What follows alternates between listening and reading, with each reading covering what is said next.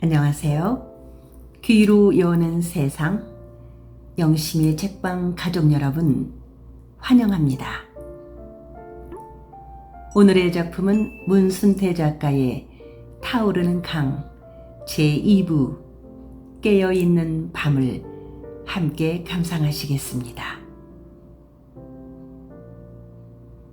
타오르는 강 문순태 제2부 깨어있는 밤.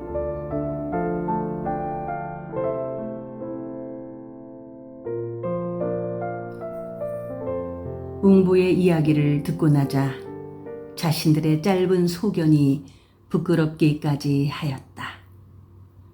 회의는 내일부터 다시 방천을 쌓기로 결정을 내리고 끝났다. 칠복이 영감의 말대로 남정네들 10사람만 소금지게를 지기로 하고 10살 이상에서부터 60살까지는 새끼 내에 사는 모든 사람들은 방천 쌓는 일에 나서기로 하였다. 웅보가 불학회의를 마치고 방으로 들어오자 쌀분이가 난데없이 탁배기 한 사발을 받쳐들고 뒤따라 들어오면서 연신 벌쭉벌쭉 웃었다. 여태 잠도 안 자고 뭐디요? 웅보가 탁배기 사발을 들고 들어오는 쌀분이를 보며 밉지 않게 한마디 튕겼다. 엄마, 인혁 생각하고 아순소리 해감시로 택배기 얻어온 사람한테 무엇이라고 그런다요? 쌀분이는 기분이 좋은지 웅보 곁에 바짝 무릎을 맞대고 앉으며 탁배기가 철철 넘치는 술사발을 코앞으로 디밀었다. 한밤중에 웬 술이요? 목 칼칼할 텐디 쭉 마시쇼. 말바운에 모르게 살짝 떠온 거 아니여? 엄마, 남의 것이라면 지푸라기 한 개도 손 못 대는 쌀분이가 아니오. 말바우 엄니가 안 자고 있기에 사정해서 한 사발 얻었으라오. 오늘 밤에 뜬금없이 무슨 일 났어? 하도 어져서 그래요. 어쩌면 그리도 인혁이 자랑스럽다요. 나 오늘 밤부터 마금내 일이랑 방울이 일이랑 싹 잊어불기로 했어. 오늘 저녁에 못 먹을 것을 묵었나? 왔다. 인혁 오늘 밤에 말 참 잘합디다. 인혁 꼭 소진장에 구변을 타고났소. 소진장이라니. 삼신할면티 그렇게 안 핍디어. 명은 삼천갑자 동방사글, 구변은 소진장이를 타고나라고. 참. 웅보는 한바탕 웃고 나서 사발을 받아 단숨에 쭉 들이켰다.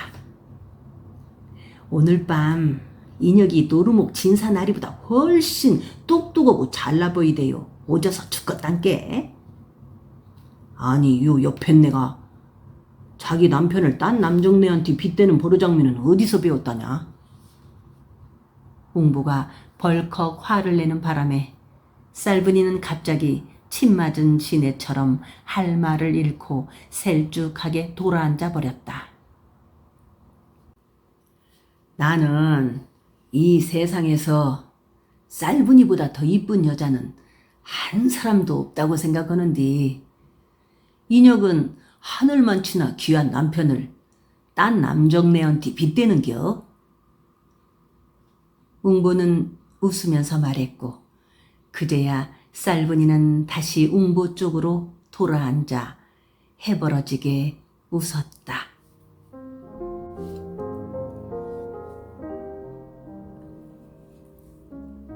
새끼네 말바운에 주막 뒷등거래 빨갛게 물든 온나무의 잎이 떨어지고 영상 강변의 갈대가 짙은 갈색으로 변하기 시작하자 강의 상류 쪽에서 매서운 바람이 쌩쌩 몰아쳐 왔다.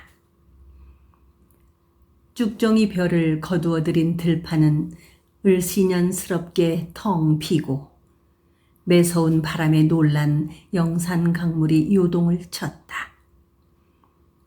햇살이 따사롭게 느껴졌으나 바람이 너무 날카로워 방문 밖에 나서기가 싫어졌다.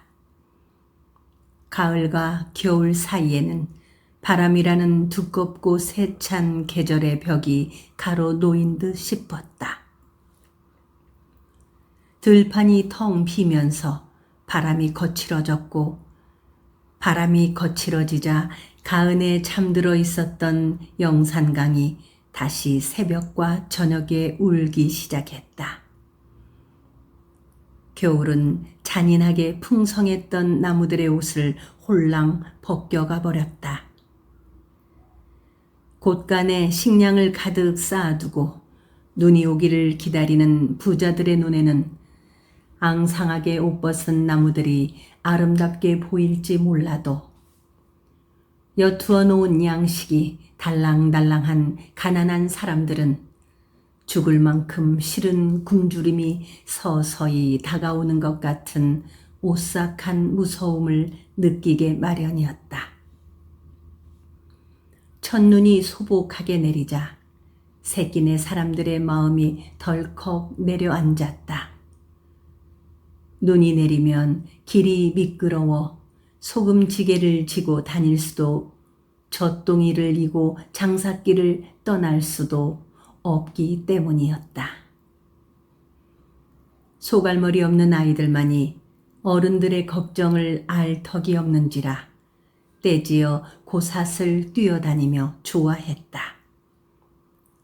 나무 없다 부엉, 양식 없다 부엉, 걱정 마라 부엉. 아이들은 새끼 내온 후 처음으로 내린 눈을 흠씬 맞으며 깡충댔다. 지난 가을 몇 달은 아무 걱정 없이 잘 보냈다. 소금 장사와 젖 장사 덕택에 굶주리지 않았기 때문에 아이들도 토실토실 실해진 듯 싶었다. 다시 쌓기 시작한 방천도 여름에 큰 비가 쓸어버린 것을 복구하여 얼거리는 되어 있고 부지런히 자갈과 흙으로 사춤을 메우기만 하면 곧 매조짐이 될 것이었다. 새끼네 사람들은 그들이 쌓은 방천이 거의 완성이 되어가는 것을 볼 때마다 종의 신세를 면한 후 처음으로 땅을 마련하기 위해 자기네들 일을 했다는 뿌듯한 마음에 보람을 느꼈다. 첫눈이 술술 내린 그날도 새끼네 사람들은 불을 피워 손발을 녹여가며 자갈과 흙을 날라다 방천의 사춤을 메우기에 바빴다. 그날은 눈 때문에 장사를 나가지 못한 사람들도 소금지게 대신 쌀이바지게를 지고 나왔다. 첫눈이 내린 날 해걸음에 웅보 어머니가 새끼네에 왔다. 그들의 상전이었던 노루목 양진사가 웅보와 대부리 형제를 급히 데려오라고 해서 왔다는 것이었다. 뭐 땜시 우리 형제를 오라고 한답디요? 웅보가 어머니한테 물었다. 내가 어디 알겠냐? 가보면 알겠지. 웅보 어머니는 집에 들어서면서부터 쌀분이에 붕숭하게 불어오른 배를 보고 입이 광주리처럼 벌어지더니 기분이 좋은지 밝은 얼굴로 며느리만 보고 있었다. 암튼 가봅시다 그려.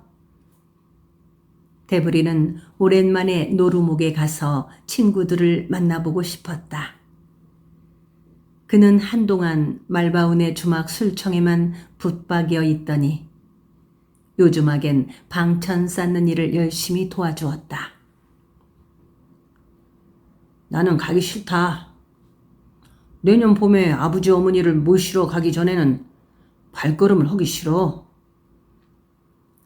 웅보는 그의 말대로 상전집에 가기가 싫었다. 그는 해동이 되어 여태껏 양진사 댁에 빌부터 사는 부모님을 모시러 가기 전에는 영산강을 건너지 않겠다고 작정한 지 오래였다. 양진사 댁에 가게 되면 마금례를 다시 보게 될 것이고 마님도 만나게 될 터인데 그러기가 싫었다. 고집 부리지 말고 새벽에 일찍이 떠나자. 너그 아버지 말로는 좋은 일이 있을 것 같다구나. 좋은 일이라뇨? 어머니의 말에 대부리가 관심을 보이며 다급하게 되물었다. 내사 어찌게 알겠냐? 대부리 너나 가보거라. 나는 안 갈란다. 웅부는 완강히 거절을 하였다. 그는 혹시 양진사가 웅부와 마님과의 관계를 알고 크게 벌을 주려고 그러는가 싶기도 하여 괜히 겁이 나기도 하였다. 그러면서도 제발 어머니가 쌀분이 앞에서 마금례와 마님의 이야기를 꺼내지 않았으면 하고 바랐다. 어째서 고집을 부렸었소? 설마 종으로 다시 불러드리지 않겠죠? 엄니가 엮어종 오셨는데 안 가면 쓴다요. 쌀분이는 은근히 웅부의 고집스러운 태도를 탓하였다. 아버지 어머니 서울만 남기고 개나리꽃 피기 전에 건너올 채비나 하시오. 아버지가 마다고 오시면 어버서라도 메셔올 텐께요. 웅부는 양진사의 부름에는 응하지 않겠다면서 딴소리만 하였다. 너그 앞시는 죽어도 그 집에서 나오지 않겠다는디야. 양진사가 누구라고 땅을 떼어주기를 기다려요. 어머니의 말에 웅부는 괜히 짜증을 내고 있었다. 그는 벌컥 화를 내고 나서 약간 겸연쩍은 생각이 들었는지 목소리를 낮추어 말을 계속했다. 노마님이 종문서 대신 땅문서를 내주라는 유언을 했다지만 양진사는 종문서를 내줬잖아요. 양진사가 누구라고 종문서 내주고 또 땅문서도 내주겠어요. 택도 없어요. 그 양반이 종문서도 내주고 싶어서 내준 것이 간디요. 나라님이 내줘라 해서 내준 거라고요. 나라님이 그렇게 하지 않았으면 지금껏 정도 우리는 양진사 댁 종신세 못 면했을 거구만요. 그런데도 아버지는 앞뒤가 확 맥혀서 낭문서 노래를 불렀사니 답답해 죽겠네요. 이제 아버지 어머니는 종이 아니란께요. 그러니 땅문서에 미련을 갖지 말고 툭툭 털고 나와뿌려야 해요. 땅은 우리들이 새끼 내서 우리들 땀으로 장만할 텐께 당장 그 집에서 나와뿌려야 해요. 웅부는 어머니한테 말을 하면서도 마음이 답답한지 여러 차례 버릇처럼 한숨을 토해냈다. 다음 날 새벽 눈 덮인 사냐의 밝은 빛으로 어느 때보다 훨씬 이르게 하늘이 트여오는 듯 싶었다. 웅부는 쇠말뚝처럼 꿈쩍도 않고 돈단에 선 채 어머니를 배웅했다. 대부리는 고집을 꺾지 않는 형에 대해 노골적으로 불만을 털어내며 어머니와 함께 새벽길을 떠났다. 진사나리가 뭐라고 허거들랑 아파서 못 왔다고 해라. 웅부가 대부리에게 말했으나 대부리는 듣는 신용조차 하지 않고 쌩쌩 영상 강물을 훑고 휘몰아쳐오는 차가운 새벽바람을 맞바라기로 받으며 성큼성큼 걸었다. 영산포 선창에 당도할 즈음에는 완연히 날이 밝았다. 대부리가 어머니와 함께 마방거리를 지날 때 보니 이른 아침부터 세곡을 실은 마바리가 바리바리 줄을 지어 늘어서 있었으며 마방집 앞에도 빈 마바리와 마바리꾼들이 떼를 지어 웅성거렸다.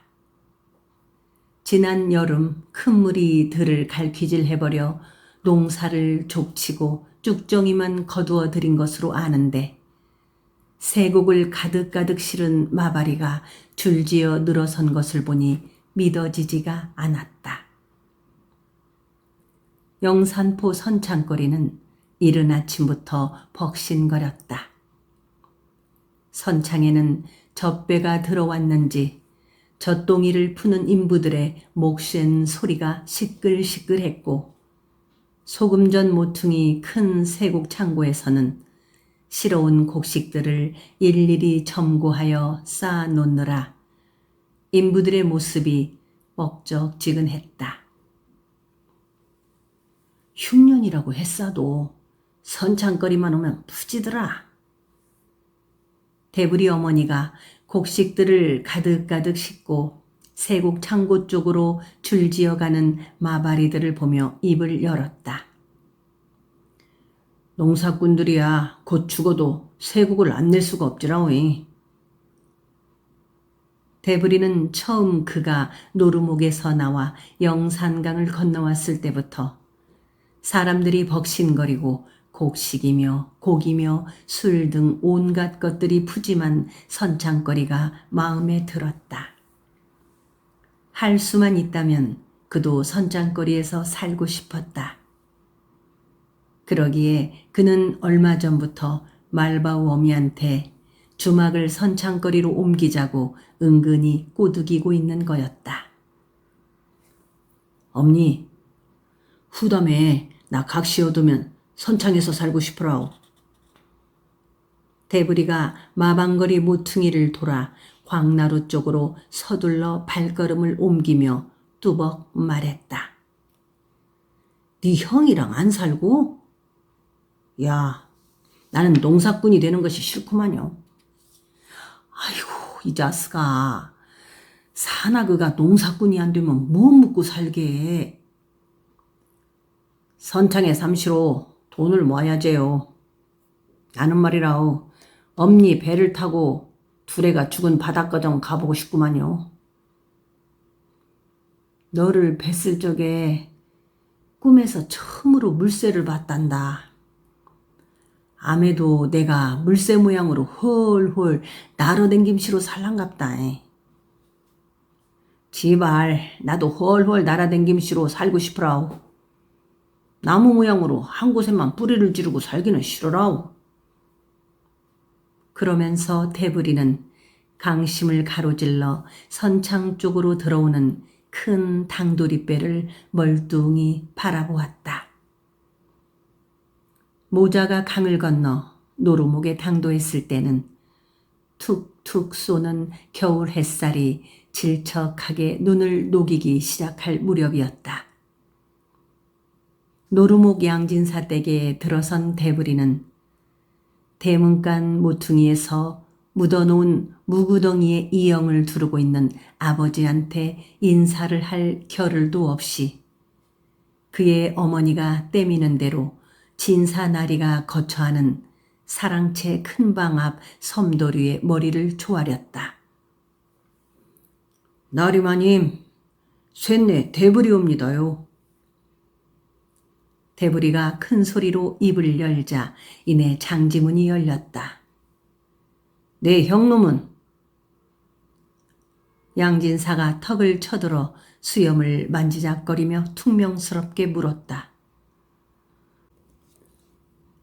콧불이 들어서 못 왔구먼요. 대부리 옆에 허리를 꺾고 서 있던 어머니가 엉겹결에 그렇게 대답을 하고 말았다. 콧불 좀 들었다고 못 왔단 말이냐? 양진사가 대부리를 향해 벌컥 내지르자 대부리 어머니가 흠칫 놀라 어깨죽지를 조그맣게 오그렸다. 콧불에다가 몸살이 엉겨갖고. 대부리가 어물어물 말끝을 흐렸고 그런 대부리를 양진사는 한동안 말없이 내려다 보았다. 그래, 진아기가 어쩌냐? 갑자기 양진사의 목소리가 가라앉자 대부리는 자기도 모르게 고개를 들어 눈을 바로 뜨고 양진사를 마주 보았다. 웅보 형님의 말대로 이제 종의 신세가 아니므로 옛날의 상전 앞에서 굽실거리지도 주눅이 들지도 말고 당당하고 야젓해야 한다는 것을 알고 있었지만은 아무리 그리하려고 해도 몸이 마음을 따라주지 않았다. 그것은 마치 그의 부모가 발 한 번 떼는데 겉볼이 서말씩이 나간다면서 발 떠는 버릇을 고치라고 성가시게 다그쳐 일렀지만 그 버릇이 너무 오랫동안 대부리의 몸에 깊숙이 배어 여태껏 고치지 못하고 있는 것과 같았다. 그작저작 안 굶어주고 삽니다요. 대부리는 말을 해놓고 나서야 뚜벅 내뱉은 말이 진사나리의 귀에 거슬리지나 않았을까 싶어 얼핏 시울에 힘을 주어 표정을 살폈다. 양진사는 잠자코 대부리를 내려다보고만 있었다. 대부리는 문득 양반들이 한 사람도 없는 세상에서 한번 살아보았으면 하고 생각했다. 그의 생각에 새끼네에 사는 동안에는 굽실거릴 만한 사람이 한 사람도 없어 배는 고라도 마음은 편했던 것 같았다. 어쩌면 새끼네처럼 양반이 한 사람도 없이 풀려난 종들끼리 아무한테도 주눅들지 않고 살 수 있는 곳은 천당에도 없을 것 같은 생각이 들었다. 천당에서도 찾아볼 수 없는 마을을 새끼내에 만들어가고 있는 웅보형이 대단하게 여겨졌다. 웅보형은 틀림없이 그렇게 하고야 말 것이라고 믿을 수가 있었다. 그렇지만 대부리는 새끼네가 천당에서도 찾아볼 수 없는 곳이라고 해도 평생을 그곳에만 갇혀 살고 싶지가 않은 것이었다.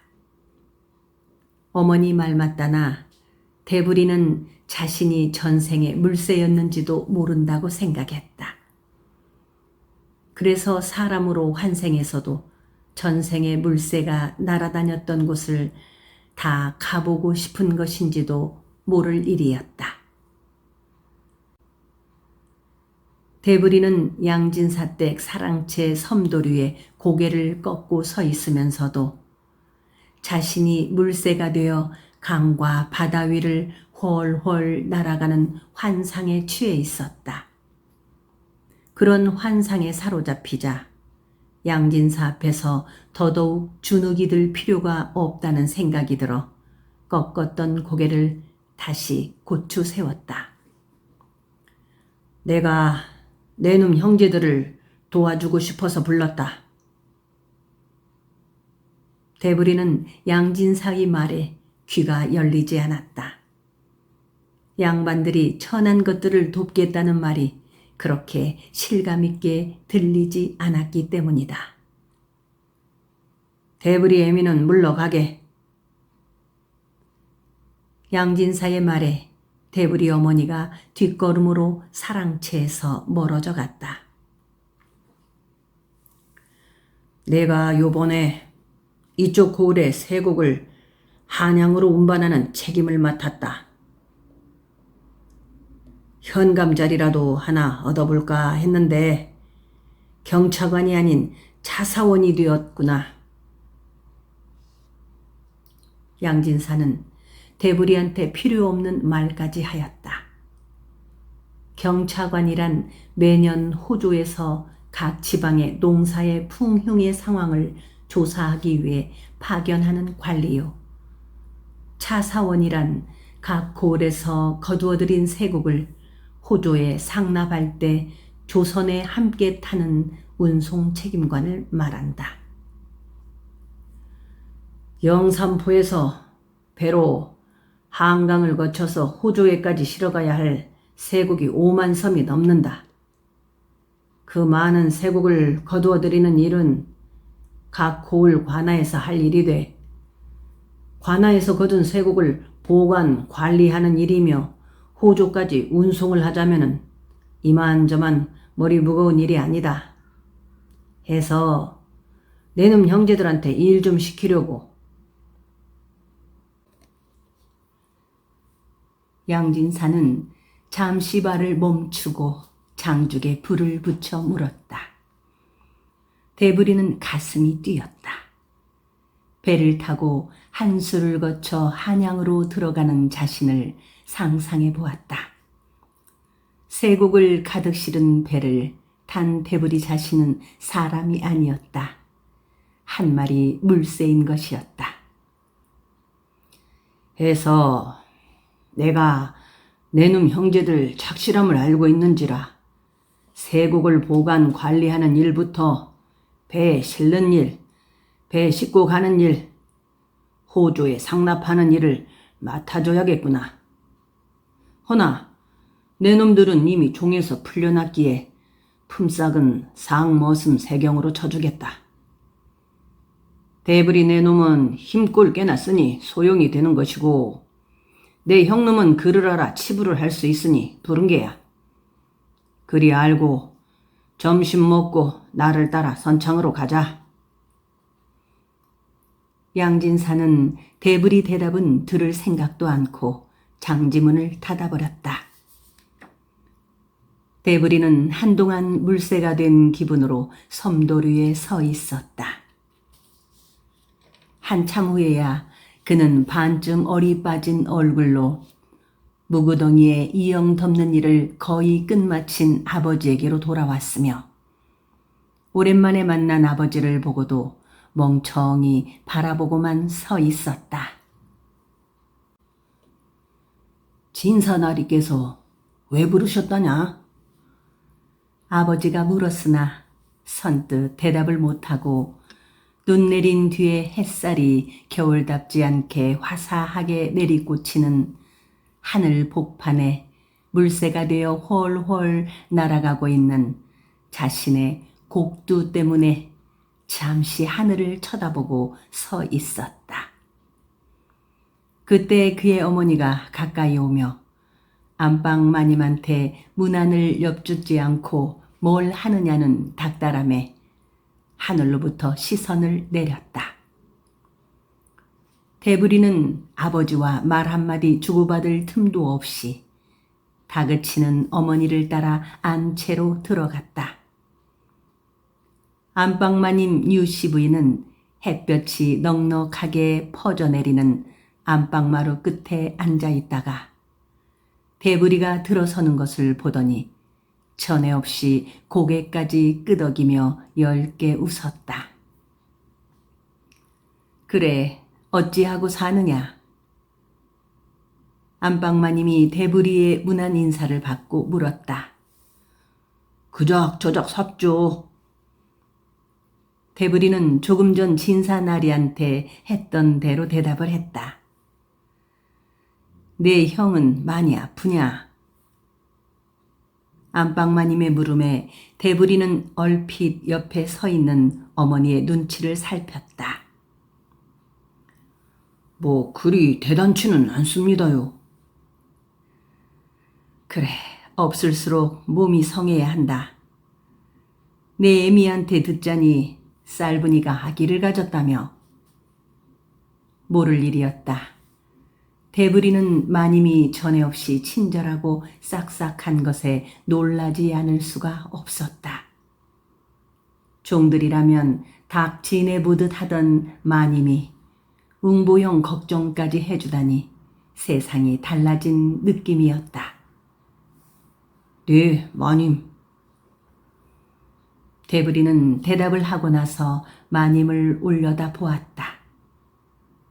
처음 안채로 들어설 때는 잘 몰랐는데 가까이서 보니 마님의 몸이 이상하게 커진 듯 싶어 마음속으로만 몇 번이고 고개를 갸웃거렸다.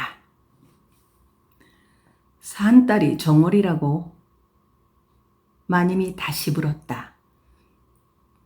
그렇다고 들었습니다. 마님께서도 정월 있죠. 마님께서 먼저 기둥자를 낳으십시오. 대부리의 대답이 끝나자마자 그의 어머니가 마님을 향해 아첨하는 눈빛을 보내며 말했다. 그제야 대부리는 마님이 아기를 가졌다는 사실을 알고 크게 놀랐다. 아기를 갖지 못해 치성을 드리고 씨바지까지 드렸으나 소식이 없었는데 느닷없이 잉태를 했다니 믿어지지가 않았다.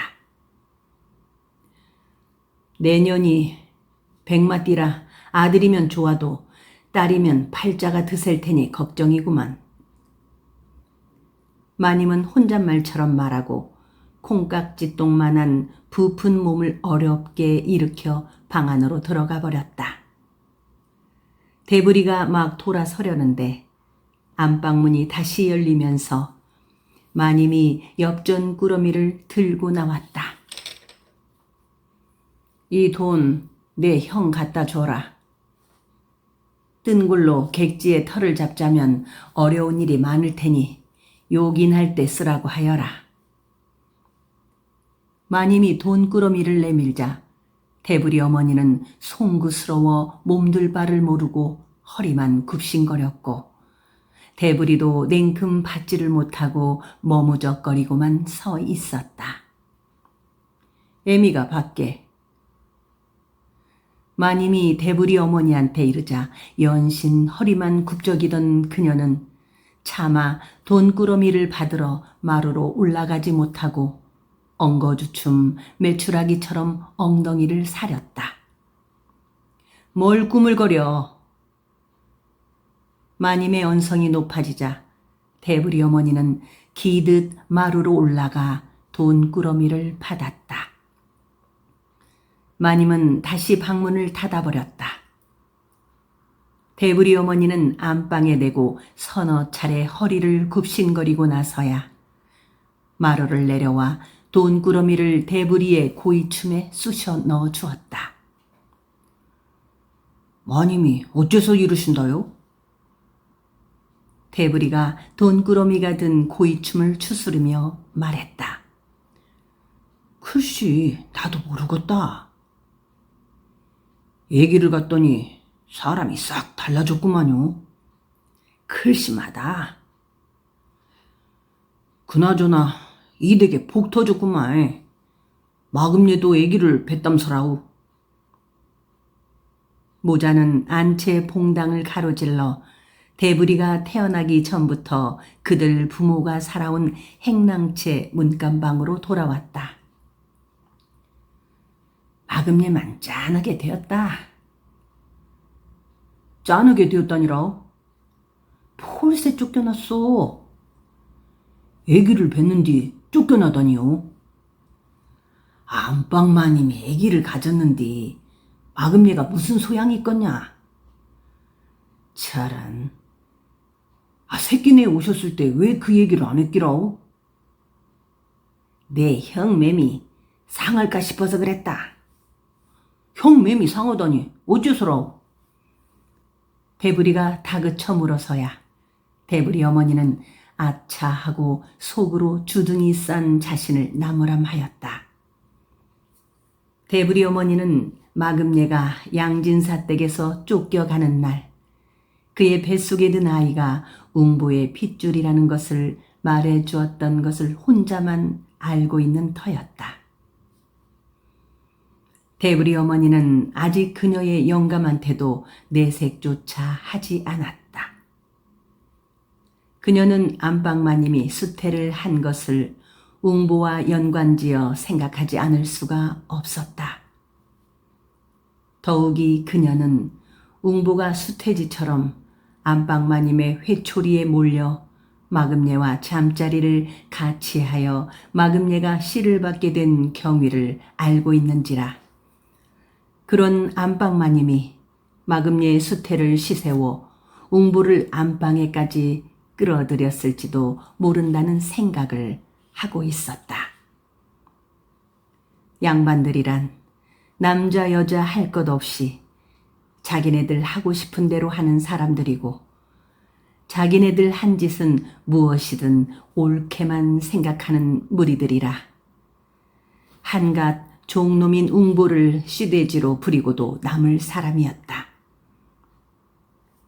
안방마님이 수태를 한 뒤 알게 모르게 웅보를 도와주려고 하는 것만은 사실이었다. 대부리 어머니는 지난 봄 웅보가 노루목에 왔을 때 안방마님이 웅보를 밤중에 불러들였던 일을 잊지 않고 있었다. 그러나 대부리 어머니는 그녀가 어림한 대로 설령 안방마님이 웅보의 씨를 받았다고 해도 조금도 기쁜 마음이 아니었다. 들의 아들한테 해가 미칠까 걱정이 앞서는 것이었다. 나리마님이 느닷없이 웅보와 대부리를 불러오라고 했을 때도 그녀는 간이 담배 씨만큼이나 오그라들었다. 나쁜 일이 아니라는 것을 미리 알았기에 망정이지. 그렇지 않았더라면 새끼네에 갔다 오는 동안 잠시도 숨을 제대로 쉬지 못하고 간을 벌떡거렸을 것이었다. 내 놈은 마금내가 쫓겨났다는 말 듣고도 속이 안 상하냐? 대부리 어머니는 아들을 쓸어보며 눈을 흘겼다. 왜 속이 안 상해요? 애까지 뵌 씨바지를 쫓아내다니 벌 바쁠 거구만. 약조대로 땅은 얼마나 떼어줬던가요? 땅은 무슨 놈의 땅? 맨몸뚱이로 쫓아냈단 말이오? 역전 꾸러미나 던져주었을게요. 어디로 갔다요? 자식들은 뒤로 갔겠지. 아서 마금예 이약 그만하고 친사나리께서 무엇이라고 하시더냐? 참, 내 정신 좀 봐. 내가 여적지 이 이야기를 안 했구만. 대부리가 조금 전 양진사한테서 부탁받았던 일을 흥분을 누르지 못하고 어깨를 추석거리며 쏟아놓자 기뻐할 것으로만 알았던 그의 어머니는 이상하게도 시큼한 표정을 지었다. 그의 어머니는 아들이 막상 배를 타고 멀리 갈 수 있게 되자 마음이 덜컥 내려앉는 것만 같았다. 죽으나 사나 가까이에서 얼굴 맞대고 오불오불 잊고 싶었다. 네 형은 냅두고 너나 그렇게 허그라. 대부리는 어머니의 그 말이 기분 좋게 들리지 않았다. 엄니는 꼭 내가 배 타고 죽으러 가는 것 같이 생각하시는갑네. 돌아가신 내 할아버지가 하신 말이 있다. 불도장 찍힌 할아버지 말인겨? 할아버지가 그러시는데 내 형은 큰 청구랭이 모양 한 곳에 오래 사는 업이 될 것이고 너는 굴뚝새 모양 한번 날아가면 다시는 못 찾아올 것이라고 하시더라. 헐, 형님은 업구랭이가 되고 나는 굴뚝새라고요? 굴뚝새나 물새나 마찬가지 아니냐. 업이라면 부자가 된다는 말인게라오?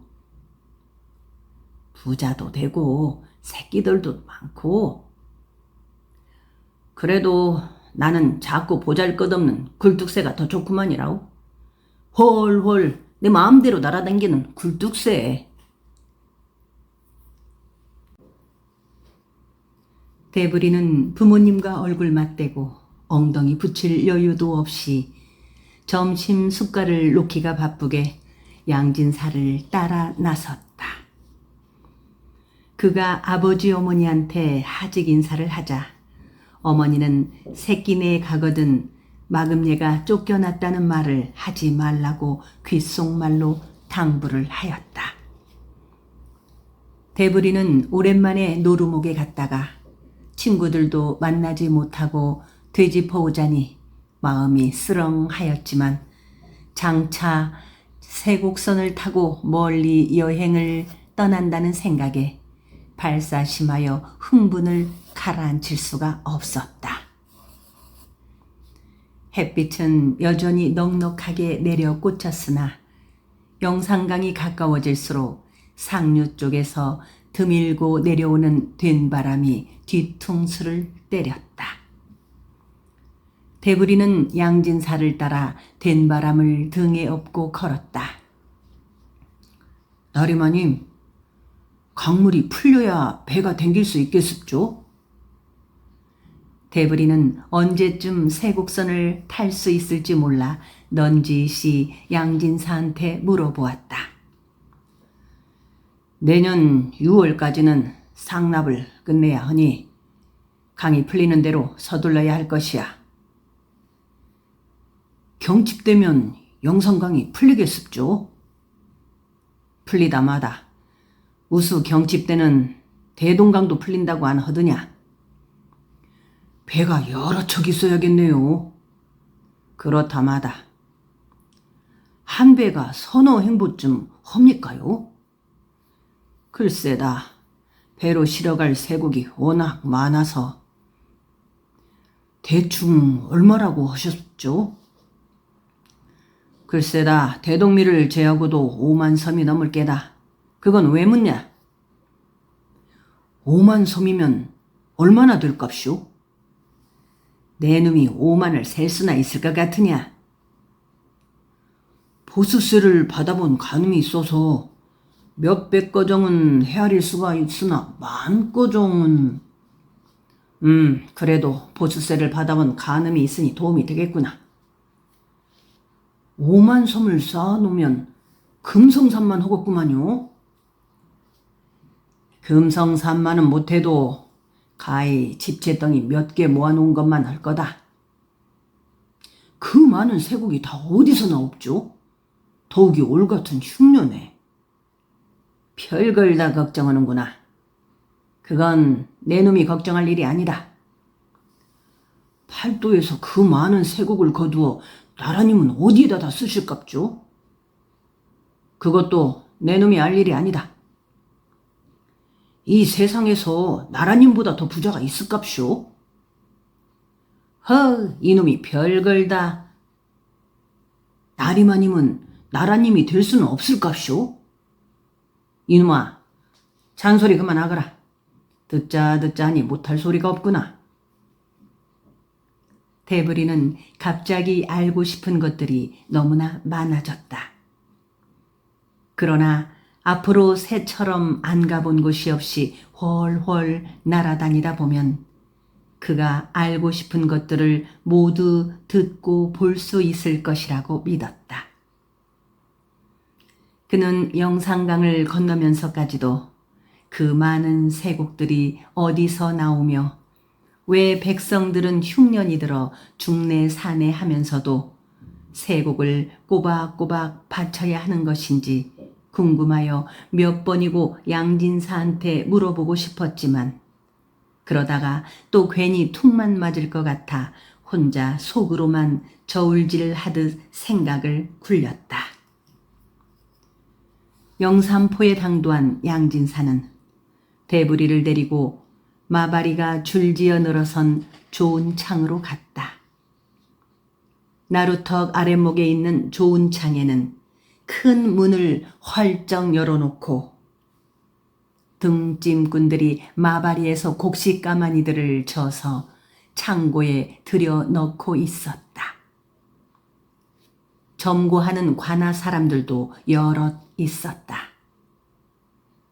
양진사는 대부리를 마바리로 싣고 온 세곡들을 치부하며 곡식 가마니를 낱낱이 점고하고 있는 키가 큰 관아 사람한테 데리고 갔다. 관찰부에서 나왔다는 차비관은 대창처럼 끝을 날카롭게 깎은 호비칼로 곡식 가마니를 쿡쿡 찔러 곡식 나달을 일일이 간심하여 쭉정이가 많거나 마르지 않은 것들을 가려내었다.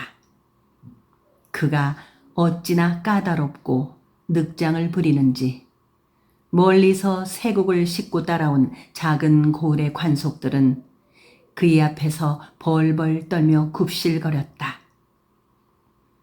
먼저 수납을 하려고 길을 썼으나 차례대로 간심을 해주지 않았다. 수납이 늦어지면 멀리서 쇠국을 마바리에 싣고 온 마바리꾼들이나 쇠국을 운반해온 고을 관속들이 수납이 제대로 잘 될 때까지 며칠이고 선창 객죽거리에 눌러 있어야만 했다. 대부리의 눈에 쇠국을 간심 점고하고 수납하는 과정에서 여러 가지 못마땅한 점이 그대로 비쳤다. 이 어른께 인사 올려라. 양진사가 대부리를 차비관 앞으로 끌고 가다시피 하여 일렀다. 대부리는 키가 크고 얼굴에 수염이 많으며 눈이 부리부리하여 얼핏 보면 소금점의 솜팔만을 닮은 듯한 차비관 앞에 허리를 굽혔다. 우리 집에서 내가 데리고 있는 아이요. 나이는 어려도 다부지고 착실해서 부릴만 하지요. 양진사가 대부리를 소개하자 차비관은 거만한 태도로 부리부리한 눈으로 대부리를 위아래로 쓸어보는 것 같더니 이름이 뭐냐? 하고 내지르듯 물었다. 대부리 옳습니다. 대부리는 턱끝에 힘을 주어 대답을 하면서도 어쩐지 그가 준 것 없이 마땅차게 여겨져 한 주먹 쥐어박아주고 싶은 심정이었다. 이놈 형놈이 있는데 까막눈을 면해서 치부는 잘 할 겁니다.